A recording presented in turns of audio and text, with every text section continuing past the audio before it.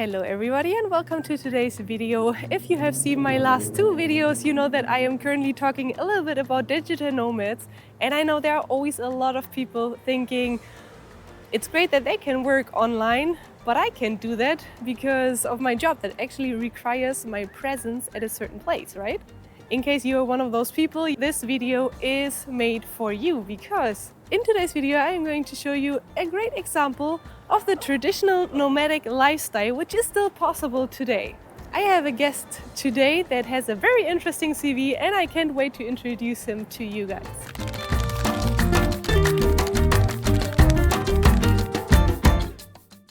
The word nomad actually comes from a very ancient time. People used to trade their skills on the road basically. So they were moving around from one place to another in groups, usually trading merchandise or offering specialized skills. This way they were able to travel around different places without having a specific home.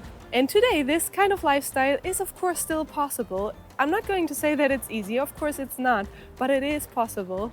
And I'm going to introduce to you Max now, that is a nomad chef. He's going to tell you his story, how he managed to get where he was and how he managed to travel the world with his job as a chef. All right, I am here to introduce to you Max. Max is the perfect example for everybody who wants to live the nomad life but always feels like it's impossible due to the job you are doing. I think, Max, you are a great inspiration and I'm excited to hear your story. Max, maybe you can introduce a little bit yourself. Where are you from and what is it that you do? Sure. Hello, everyone out there. My name is Max. I'm from California and I am a traveling nomadic chef. Maybe you can tell us, what did you study? How did you become a chef? I found out that I wanted to be a chef at like a very young age. For me, food was always very much like tied to the psychology. It was what I realized could make people happy. Originally, after graduating from high school, I wanted to go into culinary school, but my parents said you should get a college degree. You could be the best chef in the world, but if you don't know any kind of business, you're not going to get anywhere. And I totally, appreciate everything that I got from going to university. Now, after university, I had the opportunity to go to culinary school. A year and a half culinary school degree is going to cost anywhere from 40 to 60,000 US dollars, right? Which is like incredibly crazy and not so nice to have to start your journey into, your career or whatever you want to do. I understand like it happens with university as well, but normally when you graduate, you can get like a higher paying job. At that point in university, I just didn't want to do school more, right? Like 4.5 years of school just to like do school again. I'm like, I'm not about to be like a doctor, right? So I realized that my family is very involved in the art world, and my father used to travel to all these, places and eat in these restaurants, and he knew a lot of people. Then I found out that in these very nice 2, 3, 1 Michelin star restaurants, they were doing this program called a stagiaire program, which is basically a work for live program where you can become an intern. Usually it's around 3 months, but you can go anywhere from like a month to like 6 months. What I basically found was that you could travel the world, live, work in these restaurants, and what I feel is gain even better skills than what I would have just by reading the books and telling you what the textbook tells you to do. So yeah, this is kind of the path that I started to take after school. And then how did you get into that nomad lifestyle? When did you get your first nomad job? The start was when I did these stages because, I went to Japan, I went to Spain, I went to New York, and I just kind of started traveling and I realizing how intertwined really food is in the culture and how much of a privilege it really is to be able to learn and grow as a person in your career, so closely tied to a culture. After about like a year and a half of these travels, then I went to New York, and I was kind of living in New York for 2.5 years. In the States, there's no allotted time off by the government. So I actually ended up quitting my job after 6 months or 7 months or 8 months. And I would do this a few times over the next years because I just felt that at a certain point my soul was getting like taken away from me. I think this kind of nomadic spirit almost came from this necessity to like keep what I have inside and keep this wonderment of life alive instead of just like slaving away. I gave myself this mantra, which was that I was going to live my life organically and just kind of like let it flow.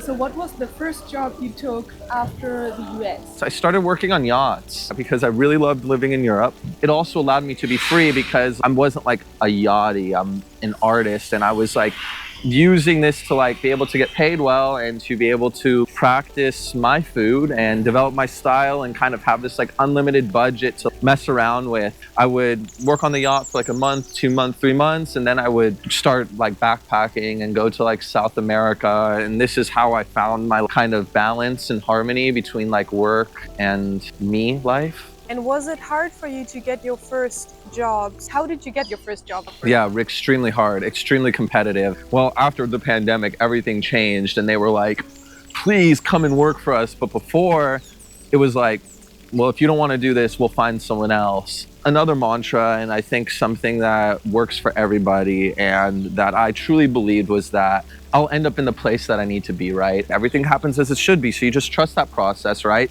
Don't get down when you don't get that first job or that second job or even that third job, and just trust yourself enough to know that the place that you're supposed to go is the place where you know you will be appreciated. So yes, it was difficult, but I just kind of trusted myself and I trusted the flow, and I knew that I would eventually end up where I needed to be. Would you say there was a downside as well?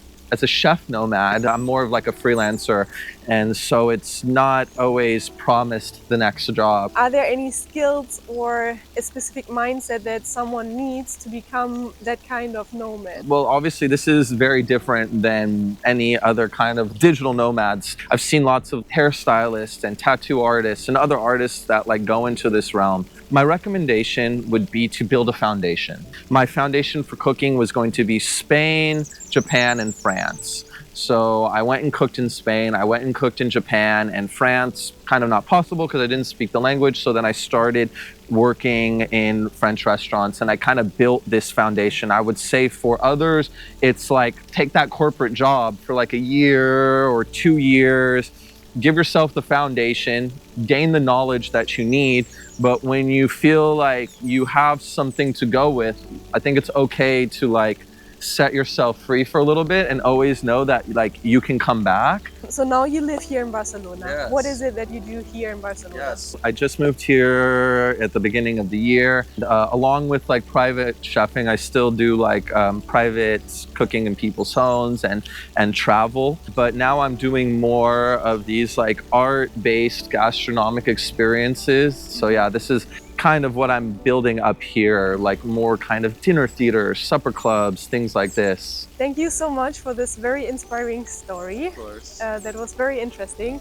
So for any of you, if you are interested in having a very special dinner experience, I'm sure you can contact Max. I'm going to leave his Instagram below in the description, so make sure to check that out. Thanks a lot for your time, Max. Thank you so much. I really enjoyed this interview. Same. And yeah, I wish you all the best for your journey. Thank you so much. Now I hope you found this video interesting and that it was helpful and motivating for you. I personally think we all have skills that we can offer. We just need to get creative, and as Max also said, it's not easy, but it's possible. Just in case you are interested in building up your own YouTube channel, make sure to check out my free YouTube guide that is in the description below, as it is meant to get you started with your own channel. I hope you enjoyed this video. I hope you got something out of it. And I really hope you feel motivated to start your own journey now. Max has mentioned a few jobs with which it is possible to become a nomad. So now it's up to you to figure out whether you have skills that you can offer on a worldwide basis. If you enjoyed this video, I would highly appreciate your support. Drop me a thumbs up, subscribe to my channel, and I'll see you in the next video.